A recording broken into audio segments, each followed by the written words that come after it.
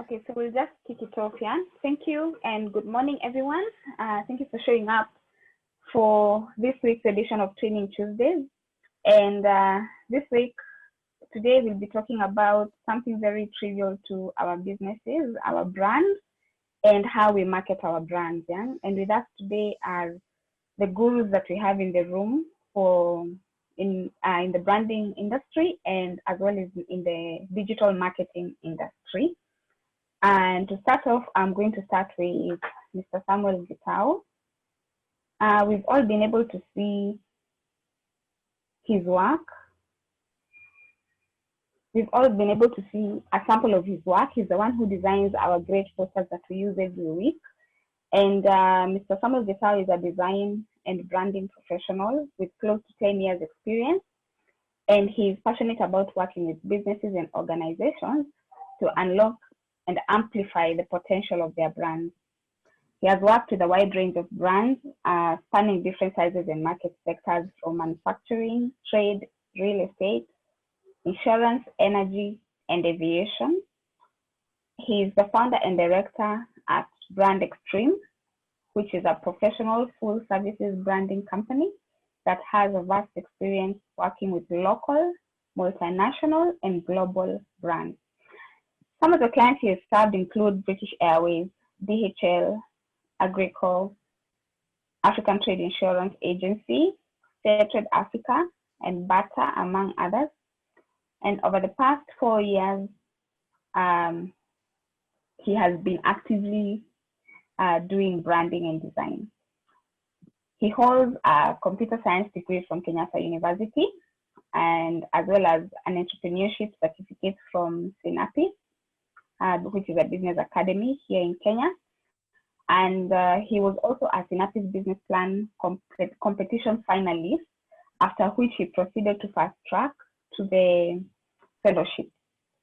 He's also a certified Adobe design professional. And when he's not working, he's usually tinkering with cars and watching motorsports. Karibu-san. Okay, good morning, everyone. Thank you for joining us this morning. Thank you for the opportunity to speak out about brands and branding and the things that we can do in our businesses to make sure we leverage the best out of our brands. So the big question is, what is a brand and what is branding? So you'll find that most of us have different definitions, have different ways of defining what a brand is. But even before we get to that, I'd like to first look at what branding is not. So branding is not a logo. A logo is just a symbol. So every time you go to, say for example, when you're starting a business, you find a designer to design for you a logo, then at the back of your mind, you're like, now my brand is done. However, that is not the case. A brand is not a product. So whatever product it is that you sell, that is not your brand. In other cases, at a higher level, you hear people saying a brand is a promise. So most people will say a brand is a promise that a business makes to its customers. However, there's some truth to that, but it's not. A brand is also not the signage that you have at the front desk of your office, at the entrance to the gate to your building. That is not a brand. So I'll go back to my classical example. If you look at two tubs of lotion, one just written lotion and another one written Nivea, there's a huge difference between the two. And that difference comes from the fact that you recognize Nivea, which is a global brand, and it's been able to cut its niche in the marketplace. So at the end of the day, what we're all aiming to do is to be able to be differentiable. That is, if there's product A and product B, and your product A, you make sure that you'll always stand out and you'll be the product that the customer picks from the shelf. So from a higher level, there are 5 sources of connectivity between a brand and its consumer. And I'll just go through them quickly, which I won't get into too much detail about them. One of them is the promise. So what promise is is it that you want to deliver to your customer? At the beginning of this series, we had a training, and our business consultant, Margaret, told us that we need to find the job that we do for our customers. So a promise in this case is equivalent to that job. Then what plan do you have to deliver that product to your customer? So how are you going to communicate? How are you going to get to them? How do you stay fresh? How do you stay on top of their customers? How do you stay fresh on top of the minds of your customers? And what experience do your customers have when they're dealing with you? So a combination of all this is what makes a connection between a brand and a consumer.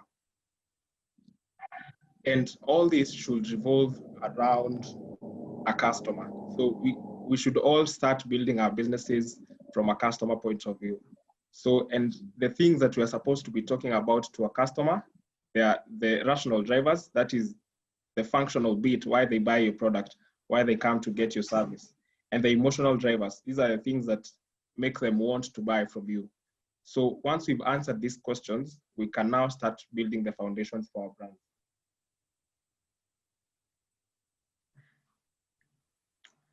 So ideally, a brand is made up of 4 foundations.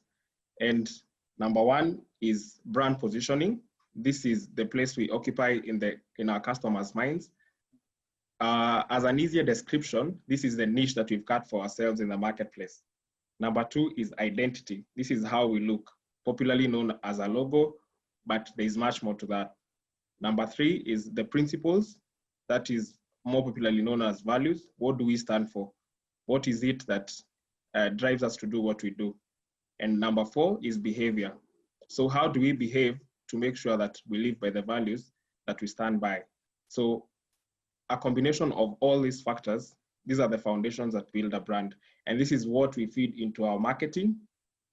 And after that, with an intention of making sales. So ideally, a brand is a reputation built from a subtotal of the 4 things I've discussed. So it is a gut feeling that a customer has when they are making a decision to buy from you. So it is a result of all these 4 foundations.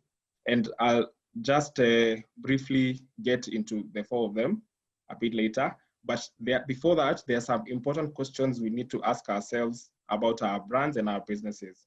So who do we want to exist for? Who is this specific customer that we want to serve? And then number 2, what will be our key differentiator? So what will be the emotional connection a customer has from buying from us, as opposed to the functional need that the product serves? So why do they exactly buy from us? And what should our brand offer? This is the job. What does our product do for our customer? And number 4, how do we get our people to live and deliver the brand? How do we get our people, as the business owners, the people who work for us, the people who work with us, to live and deliver the brand? And number 5, how should we brand our portfolio of products? So how are we going to portray the features of our products, how they look, how we deliver them to our customers? So on the screen, these are brands that we can all relate with.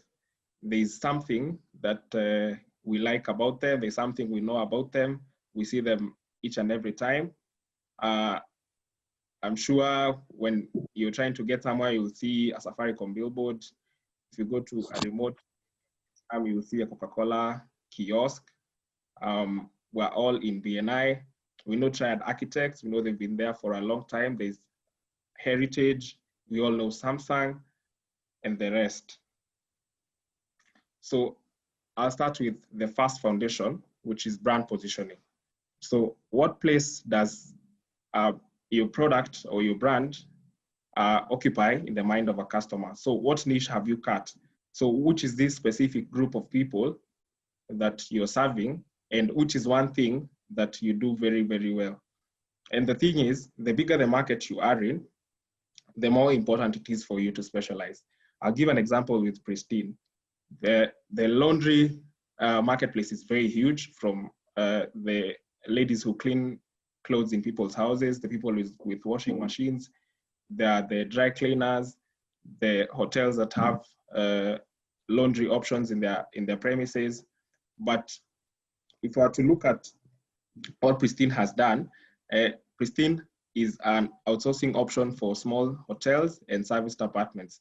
So what this means is that Pristine has really narrowed down to the market in terms of very small hotels that can't afford to have their own laundry equipment and serviced apartments, since laundry is not one of their core functions, so they'd rather outsource the service. And the more you specialize in one area, the more you cut a niche, the better you become at it, and the more you can charge with time, because you have experience in serving those types of customers and you know exactly what it is they really want. So as far as brand positioning is concerned, we should all try to always speak about the one thing we can do really well, and it can either be the what or the how or both. And what I mean by the what is, what specific service can you be able to offer to a specific group of people and do it very well? Or even if it's a regular service, how exactly are you differentiating your delivery from your competitor? And if you're able to do both, the better. Then we move to the part that probably most of us define as the most important, which is the brand identity. And identity, in this case, if I was to replace that identity word, I'd use the word logo. However, it is a system of visual aspects. So it's not just a logo, it's not just a business card, it's not just a letterhead. So we should all try to have it harmonized. And that's why at the beginning of a business, you're supposed to go to a professional so that you can be able to tell what it is you stand for, the customers you're aiming to serve. And from that is what they're going to use to build the visual aspect of your brand.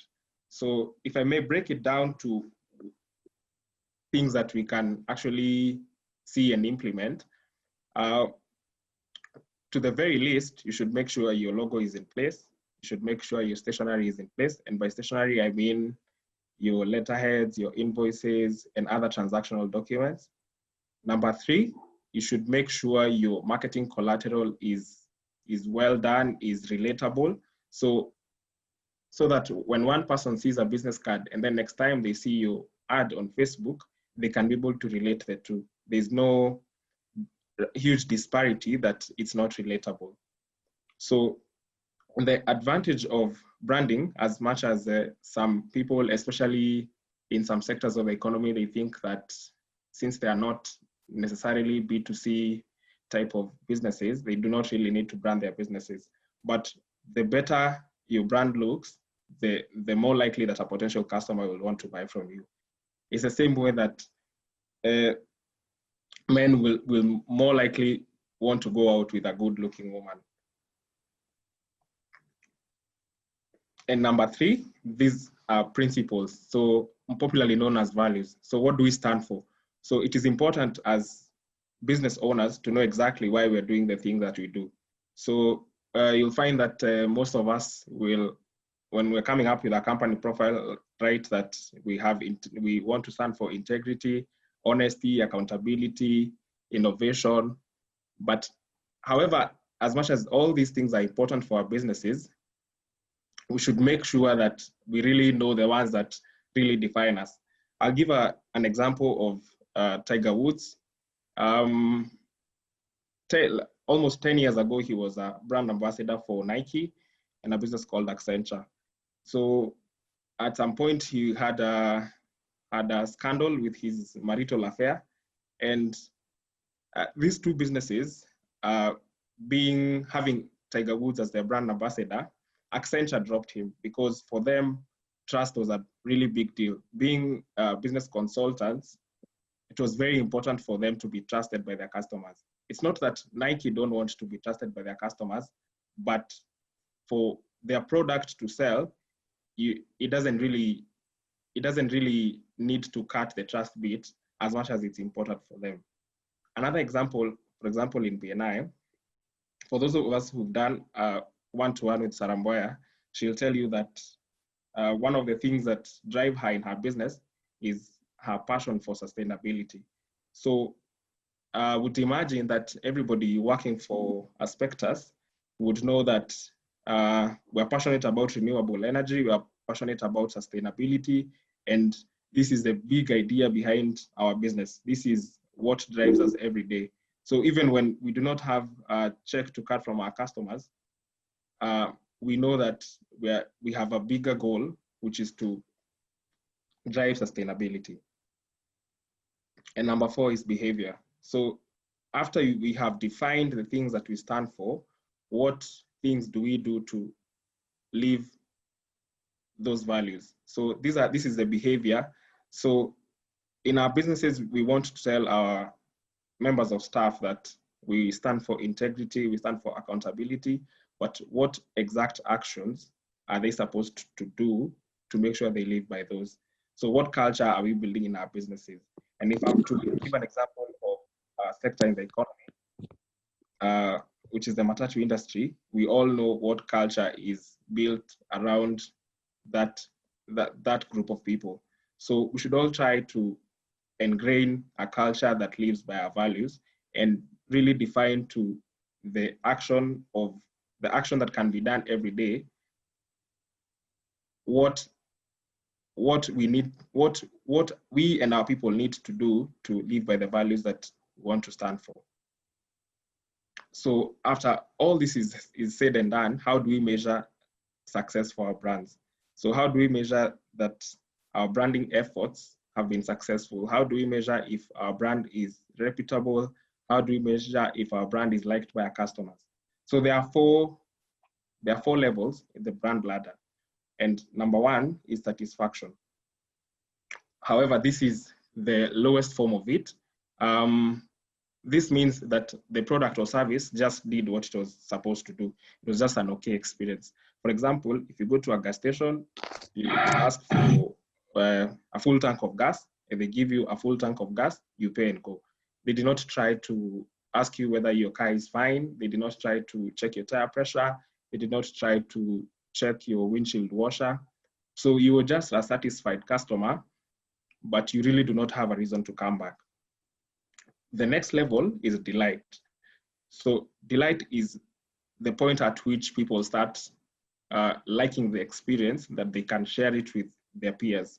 So for example, Standard Chartered Bank customers are more likely to refer other people to their bank because of the experience that they get. So these are generally happy customers that have been served beyond the point of satisfaction.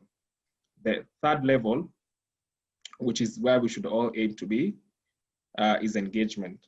This is where customers have a sense of belonging. They want to be associated with this brand. And for example, the people who use iPhones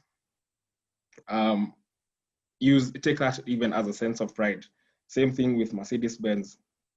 And what this does is that customers at this point will automatically repurchase. So in September, if Apple releases a new iPhone, the people with older iPhones will go and buy the new iPhones.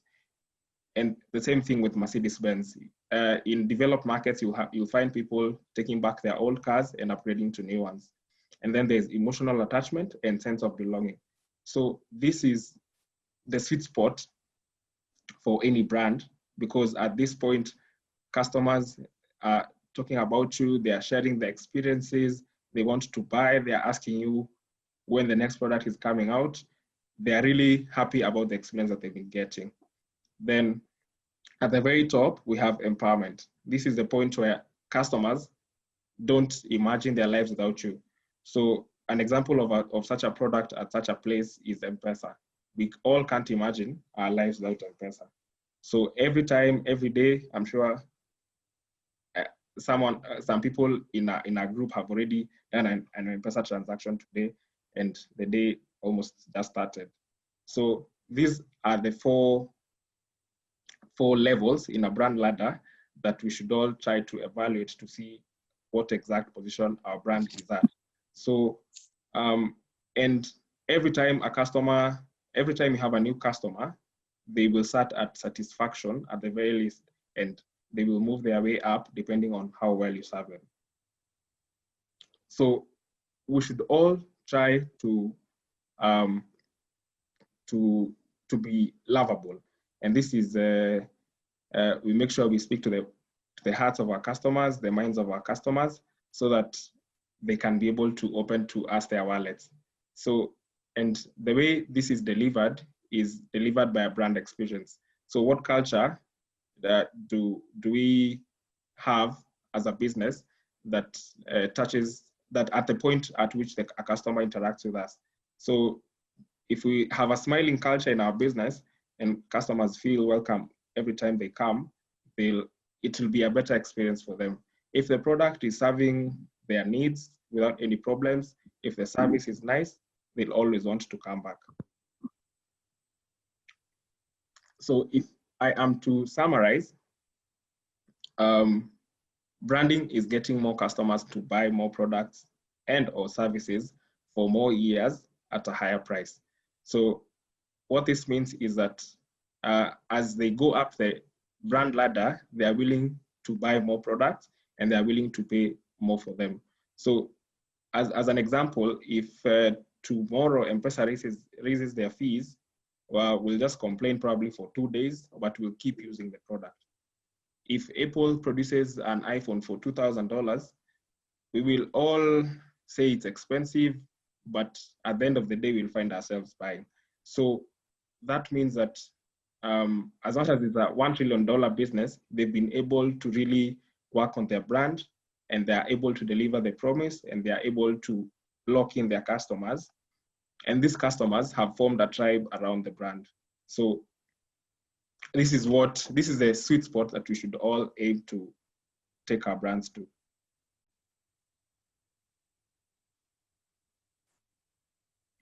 Yeah, that's the end of my presentation. Oh, well, Sam, that's quite interesting because pretty sure I'm in the lot of thinking that the logo is the brand. Clearly, if anyone else is like me, we need to see some.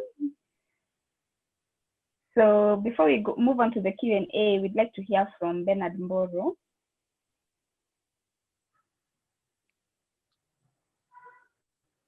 Okay, Ben, I see you. If you're ready, we'll start. Ben?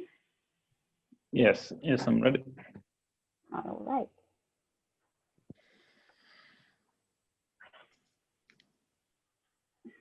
Just a moment.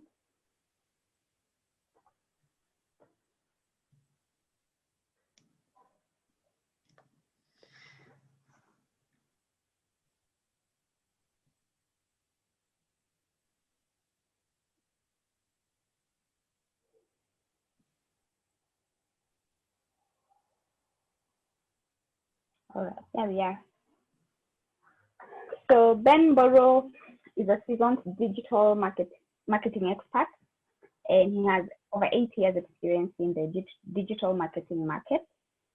Having worked across multiple industries with a lot of learning, success, and failure, he has an idea of what works and what doesn't from the tests that he has done over the period of time.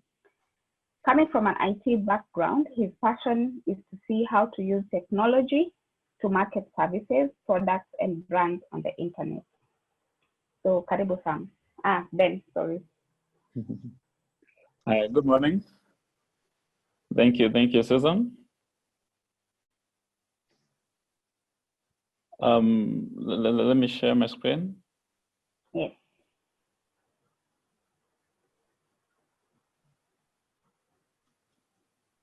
I hope you can be able to see it. We are able to see your screen. You may go ahead. Awesome. So today we're going to talk about marketing. I think we've learned a thing or two about branding, which I think most of us ideally thought it's just about having a logo. So I think we've learned a lot today. So we're going now to get into marketing, and I'll just give you a brief of what it's all about. So it's ideally the activities a company undertakes to promote the buying and selling of a product or service. And we used to the old way of advertising, where you see print adverts, billboards, TV adverts, phone communication, and so many things happening offline. But as we evolve, I think there's a new way of marketing that's coming up, that is digital marketing, which pretty much just amplifies what it is that you're doing offline. So they pretty much go hand in hand. So I'll talk a bit about digital marketing. So if you go to Google at the moment and look for digital marketing, you'll come across 2.2 billion results. That means that there's a lot happening on the digital marketing space. But in a nutshell, it encompasses all marketing efforts that use an electronic device or the internet. So businesses leverage digital channels such as search engines, social media, email, and other websites to connect with current and prospective customers. So what is the role of digital marketing in a company? So digital provides endless possibilities for brands to use email, video, social media, and other different opportunities. So it gives us more ways, places, and routes to attract people to visit our website from where we hope they'll become our customers. So digital content and marketing is so common that your customers now expect and rely on it as a way to learn about your brand. So think about that. People are waiting to see what you're doing on the digital space, regardless of your industry. So you have different types of digital marketing. Things to do with the social media, the search engine optimization, content marketing, pay-per-click, that is use of adverts. We have marketing automation, whereby you can be able to automate some repetitive tasks, like probably some customer queries, which are pretty much the same, you can easily automate. We have email marketing, which has been one of the most effective ways of keeping tabs with our customers. Online PR and other different kinds of digital marketing. So the main objective usually when you go digital is usually to raise awareness, brand outreach, increase reach and traffic to your website, as well as have an online voice, at least a place that you can easily be able to communicate or engage with your customers. So how we go about digital, we can start with the first item, which is web design and development. We always place it as the first one because a business website is an online shop that can help you build credibility with your target market. It's where your potential customers and associates can actually find and contact you. If someone has to go online and probably want to get a service, for instance, for branding or PR, but probably they look for PR agencies or branding agencies or companies within Nairobi. So if you're able to come up on that search, then that provides an opportunity for a person to know more about you, what you do, who you've served, and how you go about it. So usually say the website is pretty much your online shop or the first place to go to when you want people to know about what it is that you do. So a website will give your business your own unique identity, because you find in most situations, like for instance, if you look for architects in Nairobi, then you come across more than 2 million results. So what will make someone know about Triad architects, for instance? Someone will know about Triad and make them probably know that they're better than the rest because of their website. Because on their website, they can be able to know who Triad is, how long they've been in the market, who they have served, and how they go about the architectural services. So our website will help you build your own online identity. So people still ask whether having a website is still important in this day and age, because there are other different ways of marketing. We have the social media, there are funnels and landing pages. But yes, website is still important. The website that you build is your hub for all other modes of communication and marketing that you use to engage and educate your audience. So website should be the destination for all your advertising, PR, or social media. People ask whether you can actually buy or sell from social media. And yes, you can. But what happens is that it's usually a way to drive traffic to the website. When someone sees your advert, they have an interest in it. When they click, they're supposed to go to your website, but they're supposed to have all their questions about your company, services, and who you've served from the website. So ideally, people buy from the website and not from social media. So the second item is social media marketing. which I think most of us are actually accustomed to or have come across or have done probably for your company. So it's the practice of promoting your brand and content on social media channels to increase brand awareness, drive traffic, and generate leads for your business. So the channels that we use to, for instance, are Facebook, Twitter, LinkedIn, and Instagram. There's still some more, like Pinterest, there's TikTok, and the rest, but I think today we'll focus a bit more on the most common ones, that is Facebook, Twitter, LinkedIn, and Instagram. And activities that can be done on social media include storytelling. So you can tell a story about your service or product. You can tell a story about how they've served the community or impacted the community. You can have photo and video content that can showcase your different services or products. You can do lead generation campaigns, whereby you can make people, you can come up with a campaign that's interesting and that can make people share their details with you and help you be able to build a database. Probably they can give you like their names, email addresses, phone numbers, and other different things that you can actually use in your database to be able to communicate with them. You can also be able to do community management. People asking queries about your services or products, you can easily answer them on social media. And you can also be able to do online PR. So we can also look at social media numbers because there are so many social media platforms and you wonder at times, which one do I go to? And what usually happens is it just depends with who is your target client, where do they hang out? For instance, for some businesses, like for B2B services, like either PR or probably PR or HR, you're looking to get in front of corporates. So that's a business to business model. So for that, for instance, LinkedIn will be more appropriate, probably more than Facebook is. So it just depends with who are you targeting, where are they, where do they hang out, and how can you be able to get in front of them. So you see, for instance, Facebook has the biggest numbers. It has 2.2 billion people or users. It's great for B2C, business to customers. If you're advertising something directly to a customer, then Facebook is most appropriate. It's best for brand awareness and advertising. Twitter has 335 million users. It's great for B2B as well as B2C. And it's used for PR and also customer service. Instagram has over 1 billion users now. It's also owned by Facebook. Great for B2C. And it's also good for natural looking media, behind the scenes, and user generated content. For instance, for what like Catherine of Travel does, she can easily be able to post different destinations for that people can actually visit on Instagram every now and then. The same as what Sheila does with her cakes, because Instagram is visual, and if you have something interesting to showcase, then Instagram is the place to go. LinkedIn is the biggest professional network. It has 645 million users. Great for B2B. A very good place for building relationships, business development, and also employment marketing. YouTube, as you know, it is quite big, owned by Google. It has 1.9 billion users. Great for B2C. So it's a very good place for brand awareness, entertainment, and also to do how to, to showcase how to videos, like the do-it-yourself videos. There's a lot of them happening on or being showcased on YouTube. WhatsApp has 1.5 billion users, also owned by Facebook. Great for personal use, for instance, within your contacts, as well as B2C. So it's I think at the moment the biggest personal messaging app. And they also have a business that can be used for promotions within your contacts. So the question still remains, how do I know where to go to?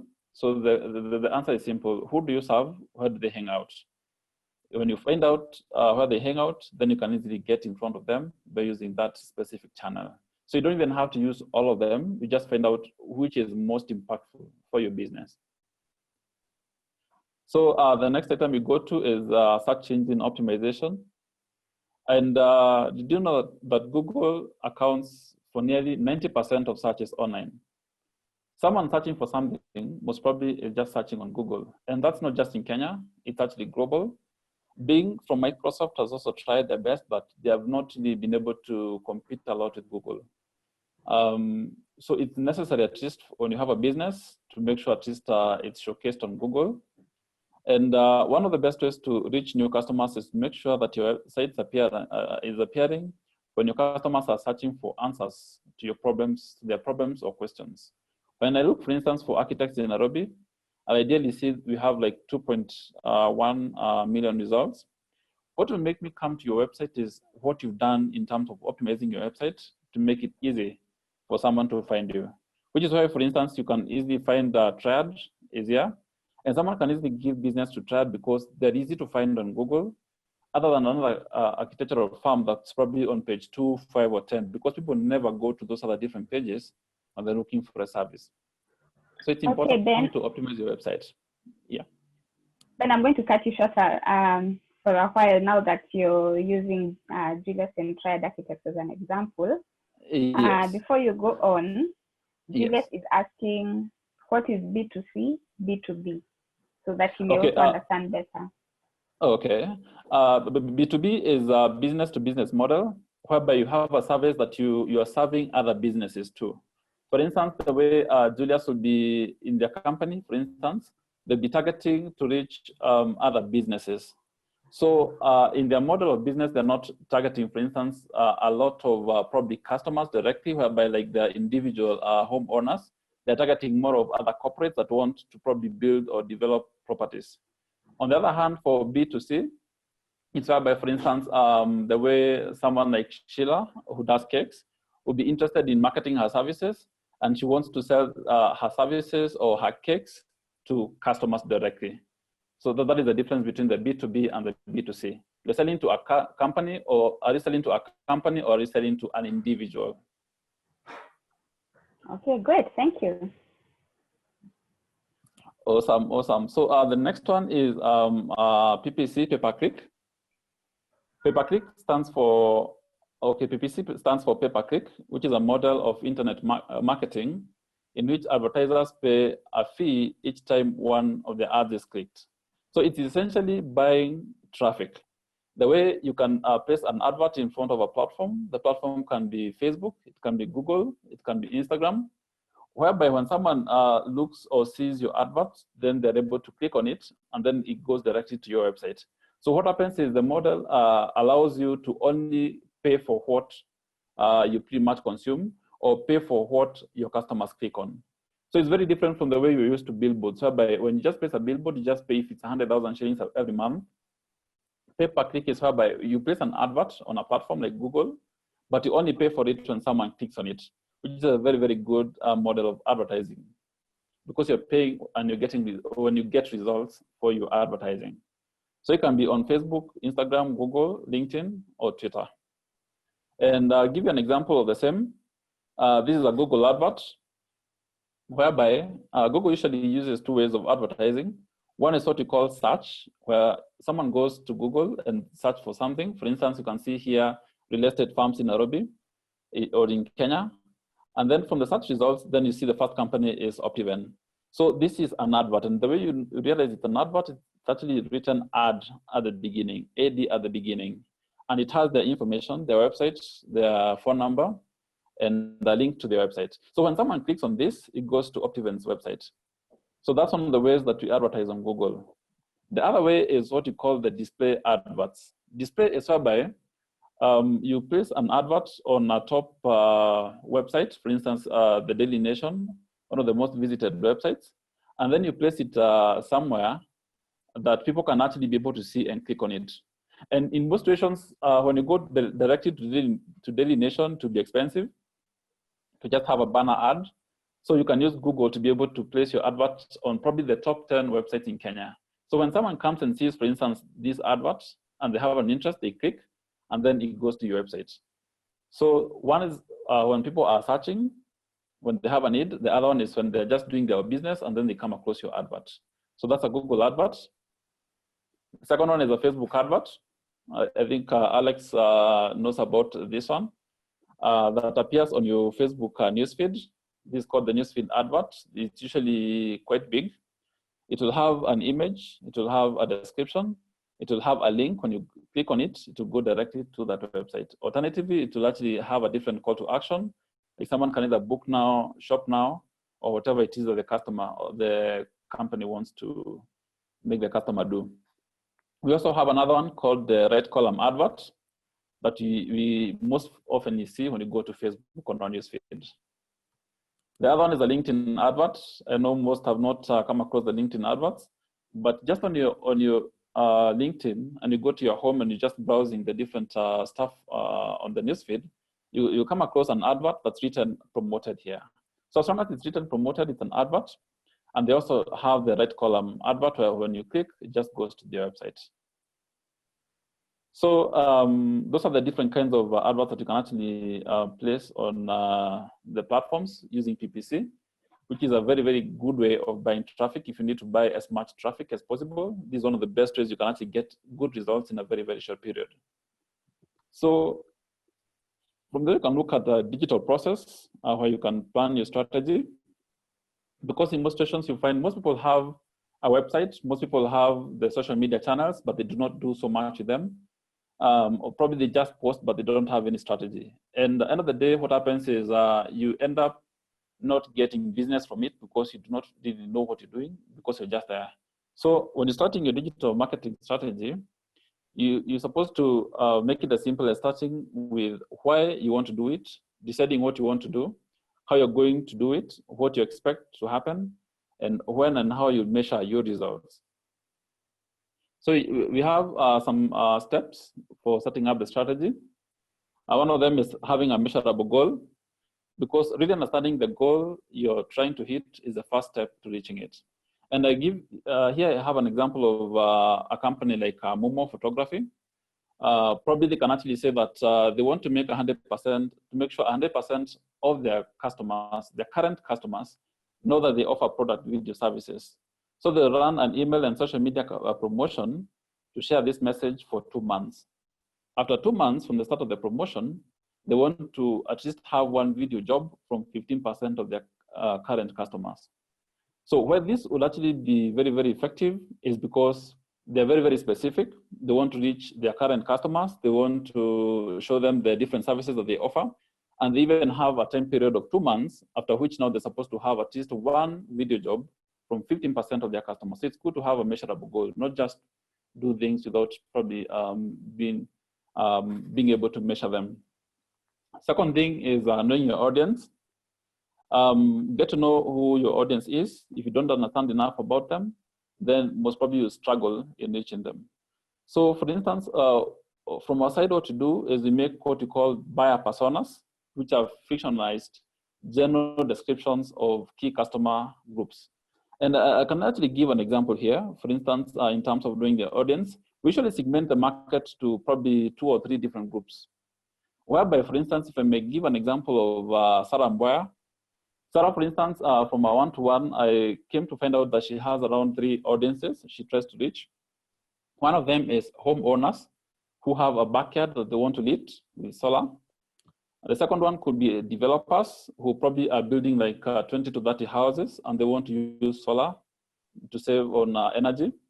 The third audience will ideally be probably hotels or restaurants, probably off-grid, like in Nanyuki or Masai Mara, that probably want solar water heating as well as solar power lighting.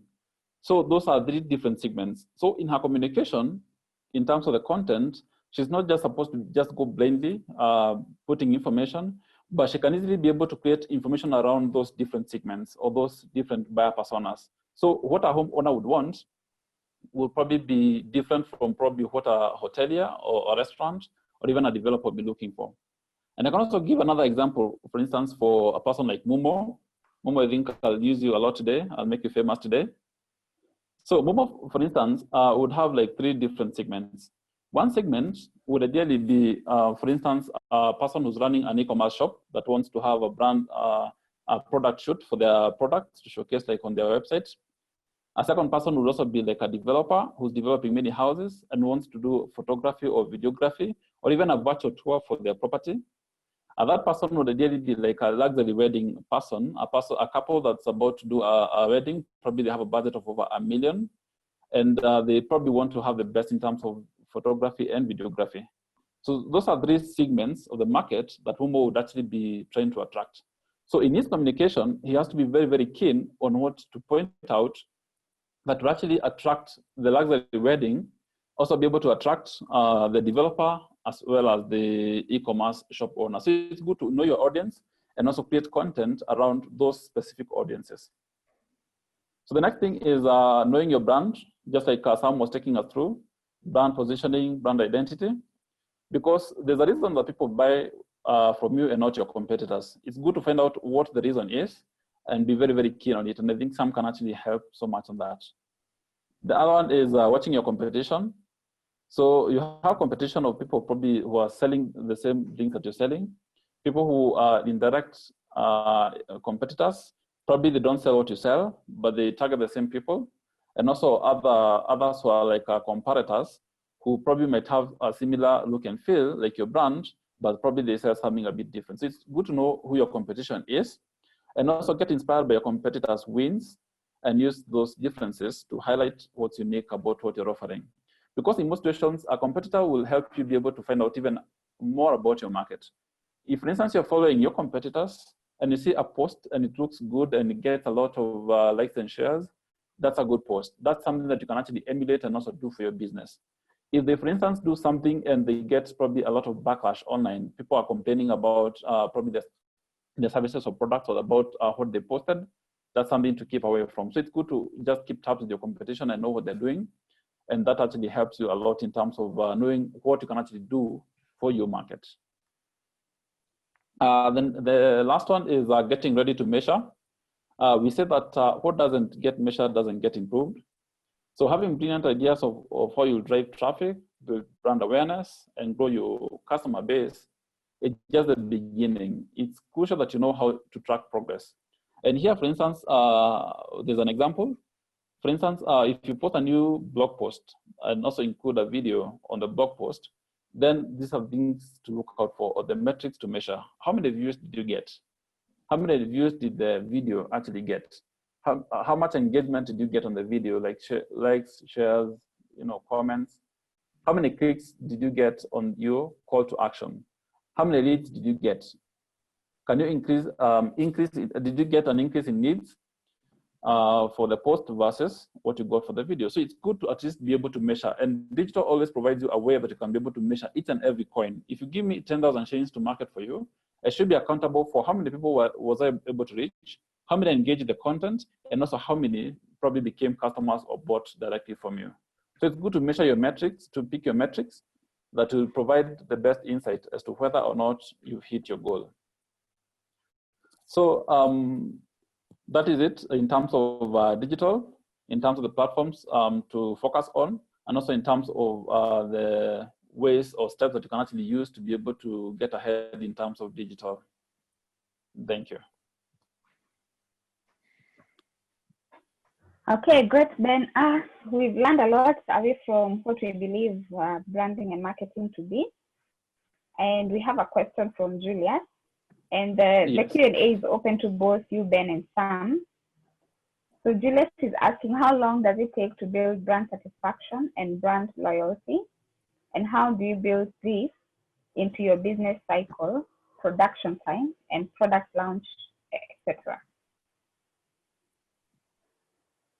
I think if I may take the question first.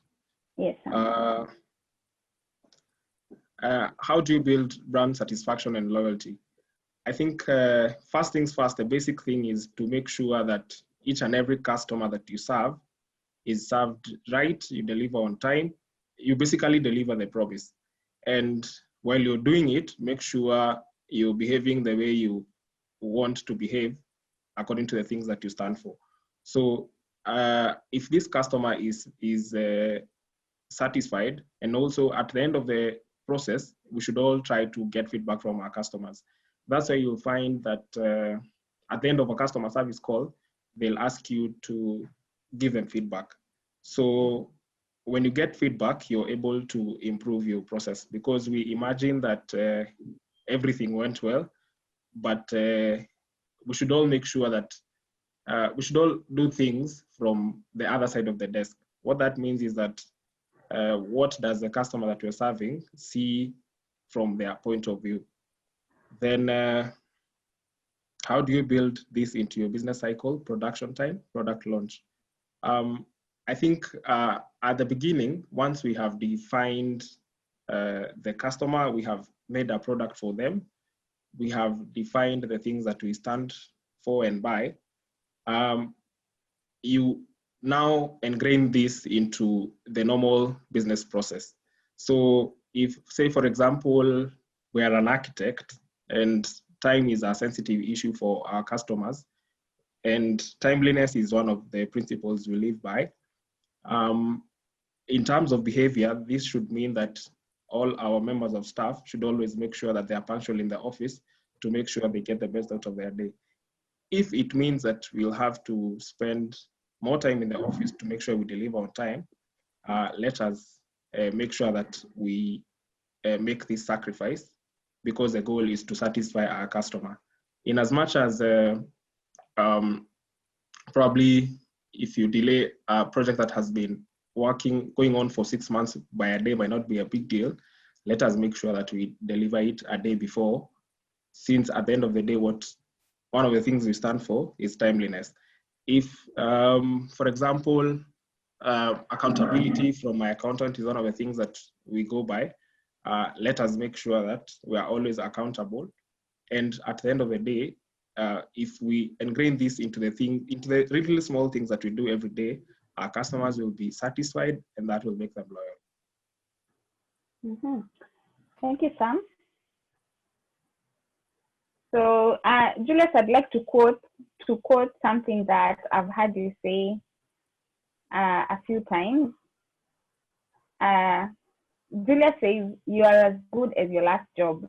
So basically, each time you have a client or a customer, you have to do it better than even you did before, because that determined who your next client or what your next project is. So we have another one from Diana Motiso. Diana Motiso is asking, how can I secure my website from being hacked? Okay, if I may take that one, in terms of securing from being hacked, there are a couple of security measures that we usually take.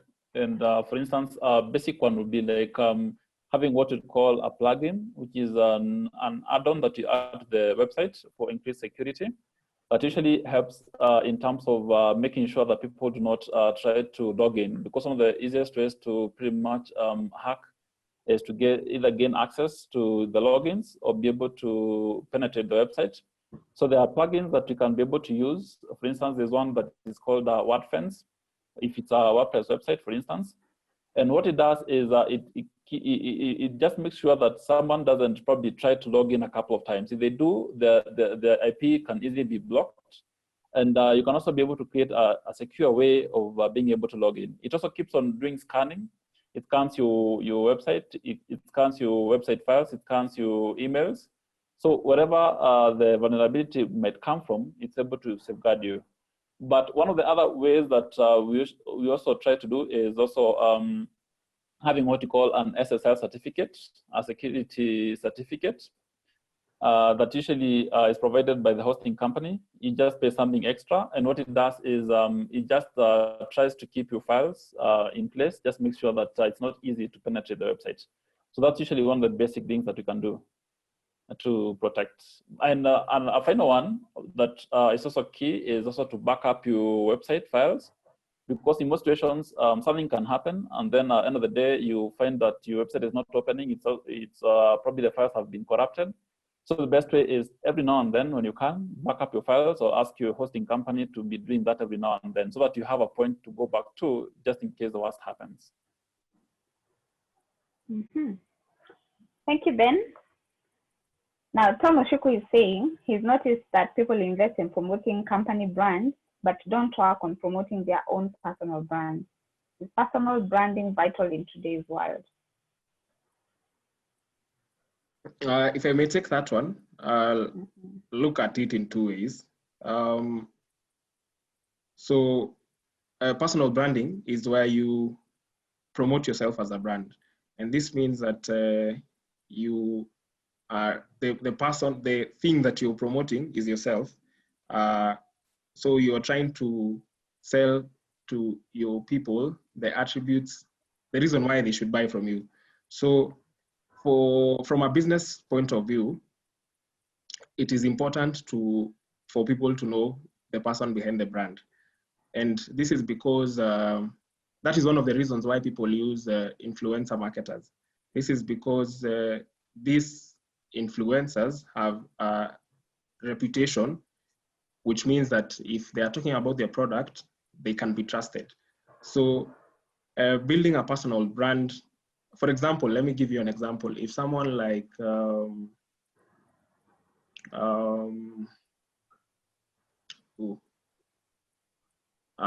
say, let's assume she was alive today, Wangari Maathai. If Wangari Maathai today launched a product of maize seedlings, we all know her, or not even maize seedlings, let's use solar. So if today Wangari Maathai launched a solar products company, there more often than not, it would be more likely that it would get better footing than someone else launching a solar company at the same time.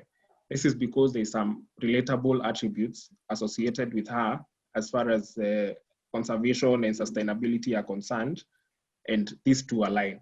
So in that case, even if we are promoting our personal brands, let us make sure they align to the businesses that we are related with.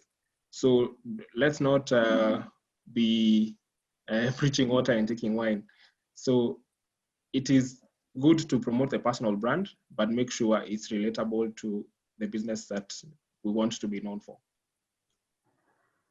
Okay, great. Thank you, Sam. That's quite interesting. So today's takeaway, I believe most of us already have the logos and the letterheads and the branding necessary. Majority of us already have websites, but now what's next? I think we need to take advantage of the digital space to put our brands out there. As Sam says, focus, narrow your niche, focus on your niche, and get a specific audience and do it consistently and repetitively until your brand is engraved in their minds.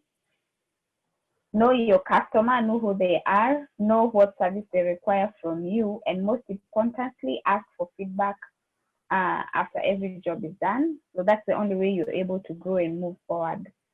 So thank you all for showing up. Thank you, Sam and Bernard, for contributing to our training.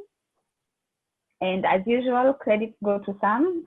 Today you're on this side of the panel. Thank you for the artwork that you do for us, that you post every week. And credits to James Momo of Momo Photography as well. He's our behind the scenes admin. Yeah, until next week, I'm Susan, and I have been your moderator today. Thank you and see you.